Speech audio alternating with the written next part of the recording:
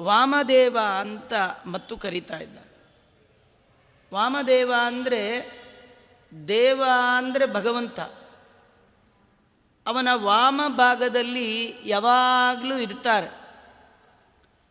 ದೇವರ ನಿರ್ಮಾಲ್ಯವನ್ನು ಶಿರಸ್ಸಿನಲ್ಲಿ ಧಾರಣೆ ಮಾಡುವ ಬುದ್ಧಿಯಿಂದ ಯಾವಾಗ ಭಗವಂತ ತಾನು ತನ್ನ ಕೊರಳಲ್ಲಿ ಹಾಕಿದ ನಿರ್ಮಾಲ್ಯವನ್ನು ಕೊಡ್ತಾನೋ ಹೇಳಿ ಕಾಯ್ತಾ ದೇವರ ವಾಮ ಭಾಗದಲ್ಲಿ ಪ್ರತೀಕ್ಷೆ ಮಾಡ್ತಾರೆ. ಆದ ಕಾರಣ ಇವರಿಗೆ ವಾಮದೇವ ಅಂತ ಕರೀತಾ ಇದ್ದಾರೆ. ವಾಮ ಅಂದರೆ ಸುಂದರ ಅಂತ ಕೂಡ. ರುದ್ರದೇವರ ಈ ಮುಖ ಅತ್ಯಂತ ಸೌಂದರ್ಯದಿಂದ ಯುಕ್ತವಾಗಿರ್ತಕ್ಕಂಥದ್ದು. ವಾಮದೇವ ಅಂದರೆ ಸುಂದರ ದೇವ, ಸುಂದರವಾದ ಮುಖಮಂಡಲ ರುದ್ರದೇವರದು. ಸಾಮಾನ್ಯವಾಗಿ ನಮ್ಮಲ್ಲಿ ವಾಮನ ಅಂದರೆ ಸಣ್ಣ ರೂಪ ಅಂತ ಹೀಗೆ, ಮತ್ತು ವಾಮನ ವಾಮ ಇದೆಲ್ಲ ಸಣ್ಣ ಹೀಗೆಲ್ಲ ಅರ್ಥ ಮಾಡಿಕೊಳ್ಬಾರ್ದು. ಅದಕ್ಕೆ ಅವನಿಗೆ ಹೇಳುವಾಗ ಅನವಮ ಅಂತ ಕರೆದಿದ್ದಾರೆ. ಅವನು ಅವಮ ಅಂದರೆ ಸಣ್ಣವ ಅಲ್ಲ. ರುದ್ರದೇವರು ಸಾಮಾನ್ಯ ಅಲ್ಲ. ರುದ್ರದೇವರನ್ನು ತಪ್ಪು ಕಲ್ಪನೆ ಮಾಡಿಕೊಳ್ಬೇಡಿ, ಸಣ್ಣ ಪುಟ್ಟವರಂತೆ ತಿಳಿಬೇಡಿ. ಅವರು ಮಹೇಶರು, ತುಂಬ ಮಹಿಮಾನ್ವಿತರು. ಮತ್ತೇನು ಅವಮ ಅಲ್ಲದವ ಅಂದರೆ ಉತ್ತಮ ಅಂತ ಅವನನ್ನು ತಿಳ್ಕೊಳ್ಬೇಕು. ಇದು ಒಂದು ಅವರ ರೂಪ ವಾಮದೇವ. ಇನ್ನು 5ನೆಯ ರೂಪ ರುದ್ರದೇವರದು. ರುದ್ರದೇವರ ದೇವಸ್ಥಾನದಲ್ಲಿ ನಿಂತಾಗ ನಾವು ಚಿಂತನೆ ಮಾಡಬೇಕಾದ ಶಿವನ 5ನೆಯ ಮುಖ ಸದ್ಯೋಜಾತ ಅಥವಾ ಸಪದಿಜಾತ. ಉಪನಿಷತ್ತುಗಳಲ್ಲಿ ಸದ್ಯೋಜಾತಂ ಪ್ರಪದ್ಯಾಮಿ ಸದ್ಯೋಜಾತಾಯ ವೈ ನಮೋ ನಮಃ,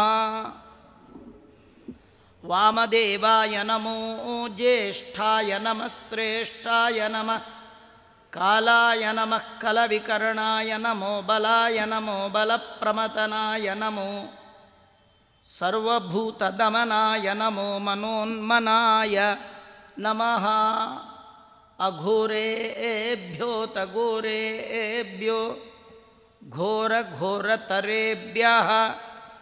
ಸರ್ವೇಭ್ಯಃ ಸರ್ವಶರ್ವೇಭ್ಯೋ ನಮಸ್ತೆ ಅಸ್ತು ರುದ್ರರೂಪೇಭ್ಯಃ ತತ್ಪುರುಷಾಯ ವಿದ್ಮಹೇ. ಹೀಗೆಲ್ಲ ವೇದಗಳಲ್ಲಿ ಪಂಚಮುಖ ರುದ್ರದೇವರ ಉಪಾಸನೆಯನ್ನು ನಾವು ಕೇಳ್ತೇವೆ. ಅದರಲ್ಲಿ ಸದ್ಯೋಜಾತ ಅನ್ನುವಂಥದ್ದು ರುದ್ರದೇವರ ಮತ್ತೊಂದು ಮುಖದ ಉಪಾಸನೆ.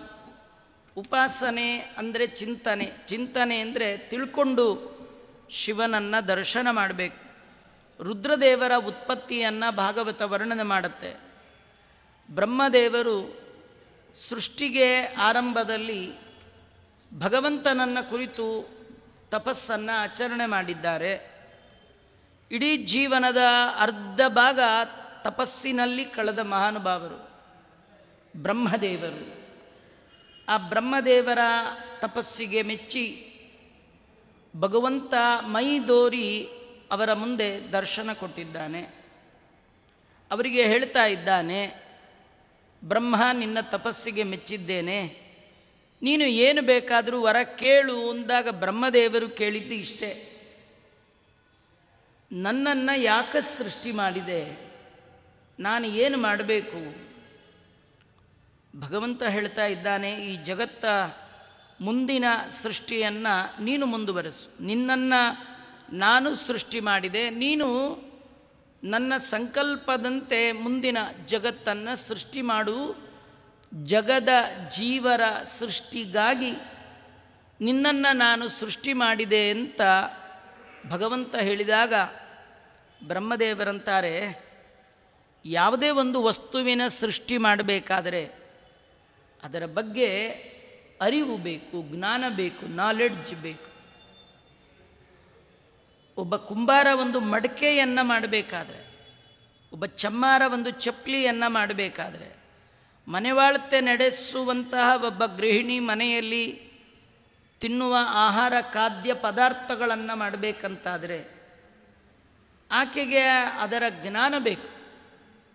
ಕುಂಬಾರನಿಗೆ ಮಡಿಕೆ ಜ್ಞಾನ ಇಲ್ಲ ಅಂತಾದರೆ ಮಡಿಕೆ ನಿರ್ಮಾಣ ಆಗಲಿಕ್ಕೆ ಸಾಧ್ಯವೇ ಇಲ್ಲ. ಮನೆಯನ್ನು ನಡೆಸುವ ಗೃಹಿಣಿಗೆ ಸುಮ್ಮನೆ ಏಕದಮ್ ಬಿಸಿಬೇಳೆ ಬಾತ್ ಮಾಡು ಅಂದರೆ ಜನ್ಮದಲ್ಲಿ ಗೊತ್ತಿಲ್ಲ ಅವಳಿಗೆ. ಎಲ್ಲೋ ಹಾಸ್ಟೆಲಲ್ಲಿದ್ದು ಏನೋ ತಿನ್ಕೊಂಡಿದ್ದವಳು ಬಂದಾಗ ಏಕಾಏಕಿ ಹೇಳಿದ್ರೆ ಅವಳು ಹೇಗೆ ಕಕ್ಕಾಬಿಕ್ಕೆ ಆಗಬೇಕೇನು ಗೊತ್ತಿಲ್ಲ ಹೇಳಬೇಕು. ಬ್ರಹ್ಮದೇವರು ಹೇಳ್ತಾರೆ, ಇದು 1-2 ಸೃಷ್ಟಿ ಅಲ್ಲ, ಇಡೀ ಜಗತ್ತಿನ ಸೃಷ್ಟಿ. ಅಂದರೆ ಎಲ್ಲ ವಸ್ತುಗಳ ಸೃಷ್ಟಿ ಆಗಬೇಕಿದೆ. ಏನಿಲ್ಲ ಜಗತ್ತಲ್ಲಿ, ಕೇವಲ ಜಲ, ಜಲದಲ್ಲಿ ಜನಾರ್ದನ, ಜನಾರ್ದನನ ನಾಭಿಯಲ್ಲಿ ಕಮಲ, ಕಮಲದಲ್ಲಿ ಬ್ರಹ್ಮದೇವ. ಒಂದು ವಸ್ತು ಇಲ್ಲ. ಎಲ್ಲದರ ನಿರ್ಮಾಣ ಆಗಬೇಕು. ಎಲ್ಲರದರ ನಿರ್ಮಾಣ ಆಗಬೇಕು, ಅದು ಸರಿಯಾಗಬೇಕು, ದೇವರು ಮೆಚ್ಚುವಂತೆ ಆಗಬೇಕು, ಮಾಡಿದ್ದು 4 ಜನಕ್ಕೆ ಉಪಕಾರಕ್ಕಾಗಬೇಕು. ಇಷ್ಟೆಲ್ಲ ಆಗಬೇಕಾದ್ರೆ ಅದರ ಹಿನ್ನೆಲೆಯಲ್ಲಿ ಪರ್ಫೆಕ್ಷನ್, ಅರಿವು ಬೇಕು, ಜ್ಞಾನ ಬೇಕು. ಬ್ರಹ್ಮದೇವರು ಭಗವಂತನಿಗಂತಾರೆ, ನನಗೆ ಯಾವುದೇ ವಿಧವಾದ ಜ್ಞಾನ ಇಲ್ಲ. ಜ್ಞಾನ ಇಲ್ಲದೆ ಯಾವ ಕರ್ಮವೂ ಕೊಡೋಲ್ಲ. ಸೃಷ್ಟಿ ಕಾರ್ಯದಲ್ಲಿ ನನ್ನನ್ನು ತೊಡಗಿಸಬೇಡ, ನನಗದನ್ನು ಮಾಡುವ ಸಾಮರ್ಥ್ಯ ಇಲ್ಲ ಅಂದಾಗ ಭಗವಂತ ಅಂತಾನೆ, ನೀ ಯೋಚನೆ ಮಾಡಬೇಡ, ನನ್ನ ನೆನಪಿನೊಂದಿಗೆ ಕರ್ಮವನ್ನು ಮಾಡು. ನನ್ನ ನೆನಪು, ನೀವೇನೇ ಒಂದು ಕೆಲಸ ಮಾಡಿದರೂ ದೇವರ ಸ್ಮರಣೆಯೊಂದಿಗೆ ಮಾಡಿದರೆ ದೇವರು ಅಲ್ಲಿರುವ ಎಲ್ಲ ತಪ್ಪುಗಳನ್ನು ಮನ್ನಿಸಿ ಬಿಡ್ತಾನೆ. ನಿಜವಾಗಿ ತಪ್ಪು ಯಾವಾಗ ಆಗುತ್ತೆ ಅಂದರೆ ದೇವರನ್ನು ಮರೆತು ಮಾಡಿದ್ದೇ ತಪ್ಪು. ಎಲ್ಲ ಭಗವಂತ ಮಾಡಿಸ್ತಾ ಇದ್ದಾನೆ ಅನ್ನೋದನ್ನು ಮರೆತು ನಾನು ಅನ್ನುವ ಅಹಂಕಾರದಿಂದ ಮಾಡಿದ ಅಂತಾದರೆ ಅದೆಲ್ಲ ತಪ್ಪಾಗತ್ತೆ. ನೀನು ನನ್ನ ಸ್ಮರಣೆ ಮಾಡಿ ಕರ್ಮವನ್ನು ಮಾಡು, ನಿನ್ನ ಎಲ್ಲ ಕರ್ಮಗಳು ಸರಿಯಾಗುವಂತೆ ನಾನು ಮಾಡ್ತೇನೆ. ಬ್ರಹ್ಮದೇವರಂದರು, ನೀವು ಒಂದು ಕೆಲಸ ಮಾಡು ಭಗವಂತ, 2 ವರ ಕೊಡು, ನೀ ಹೇಳಿದ ಹಾಗೆ ನಾನು ಮಾಡ್ತೇನೆ. ಏನು 2 ವರ? ಒಂದು, ನೀನೇ ನನ್ನೊಳಗೆ ನಿಂತು ಎಲ್ಲವನ್ನೂ ಮಾಡಬೇಕು, ನಾನೇನು ಮಾಡೋಲ್ಲ. 2ನೇದು, ಇದು ಮಾಡಿದ ಮೇಲೆ ನಾನು ಮಾಡಿದೆ, ನಂದು ಅನ್ನುವ ಅಹಂಕಾರ ಮಮಕಾರಗಳನ್ನು ಕೊಡಬೇಡ. ಇದು 2 ವರ ನೀ ಕೊಡೋದಾದರೆ ನೀ ಹೇಳಿದ ಹಾಗೆ ನಾ ಮಾಡ್ತೇನೆ ಎಂದಾಗ, ನಿಂಗೆ 2 ಬರಬಾರ್ದು ಅಂತಾದರೆ ನನ್ನ ಅರಿವಿನೊಂದಿಗೆ ಮಾಡು, ನನ್ನ ಜ್ಞಾನದೊಂದಿಗೆ ಮಾಡು, ನನ್ನ ನೆನಪಿನೊಂದಿಗೆ ಮಾಡು. ಏನು ದೇವರ ನೆನಪು? ಬ್ರಹ್ಮದೇವರಿಗೆ ಭಗವಂತ ಹೇಳ್ತಾನೆ, ನೋಡು ಬ್ರಹ್ಮ, ಈ ಜಗತ್ತು ಸೃಷ್ಟಿ ಮಾಡುವ ಮೊದಲು ನಾನಿದ್ದೇನೆ, ನೀನು ಸೃಷ್ಟಿ ಮಾಡಿದ ಕಾಲದಲ್ಲೂ ನಾನಿದ್ದೇನೆ. ನಿನ್ನ ಸೃಷ್ಟಿ, ನೀನು, ಎಲ್ಲರೂ ಈ ಜಗತ್ತಿನಿಂದ ಮರೆಯಾದ ಮೇಲೂ ನಾನಿದ್ದೇನೆ. ಹಿಂದಿದ್ದೇನೆ, ಇಂದಿದ್ದೇನೆ, ಎಂದೆಂದೂ ಇದ್ದೇನೆ. ನನ್ನ ಇರುವಿನ ಅರಿವಿನೊಂದಿಗೆ ನೀನು ಕರ್ಮವನ್ನು ಮಾಡಿದ್ದೇ ಆದರೆ ನಿನ್ನ ಯಾವ ಕರ್ಮದಲ್ಲಿ ಯಾವ ಲೋಪವೂ ಬಾರದ ಹಾಗೆ, ಲೋಪದಿಂದ ದೋಷ ನಿನಗೆ ಅಂಟದ ಹಾಗೆ ನಾನು ನೋಡಿಕೊಳ್ಳುತ್ತೇನೆ ಅಂತ ಬ್ರಹ್ಮದೇವರಿಗೆ ಭಗವಂತ ಇಷ್ಟು ಆಶ್ವಾಸನೆ ಕೊಟ್ಟ ಮೇಲೆ ಬ್ರಹ್ಮದೇವರು ಸೃಷ್ಟಿ ಮಾಡಲಿಕ್ಕೆ ಶುರು ಮಾಡಿದರು. ಆದರೆ ಅವರ ಸೃಷ್ಟಿಯಲ್ಲಿ ಮೊದಲು ಹುಟ್ಟಿದ ಮಹಾನುಭಾವರು ಚತುಸ್ಸನರು. ಚತುಸ್ಸನರು ಸನಕ, ಸನಂದನ, ಸನತ್ಕುಮಾರ, ಸನಸ್ಸುಜಾತ ಅಂತ 4 ಜನ ಅಲ್ಲಿ ಹುಟ್ಟಿ ಬಂದಿದ್ದಾರೆ. ಆ 4 ಜನರಿಗೆ ಬ್ರಹ್ಮದೇವರು ಮತ್ತೆ ಸೃಷ್ಟಿ ಮಾಡಲಿಕ್ಕೆ ಹೇಳಿದಾಗ ತನ್ನ ಇಚ್ಛತೆ ಅವರು ಒಪ್ಪಲಿಲ್ಲಂತ. ನಾವು ಸೃಷ್ಟಿ ಮಾಡೋಲ್ಲ, ಮೋಕ್ಷ ಧರ್ಮಾಣ.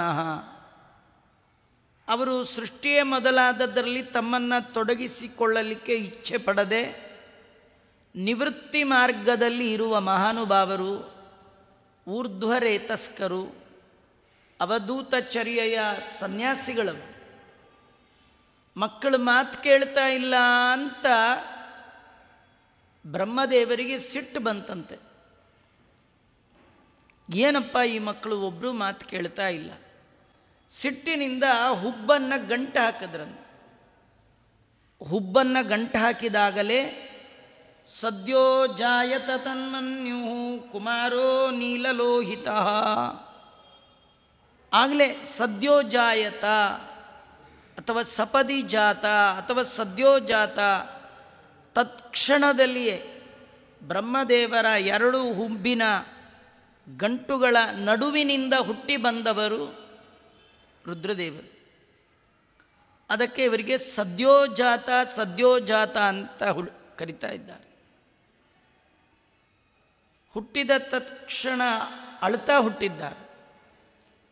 ರೋದನಾತ್ ರುದ್ರ, ಹೋ ಅಂತ ಹತ್ತರಂತ.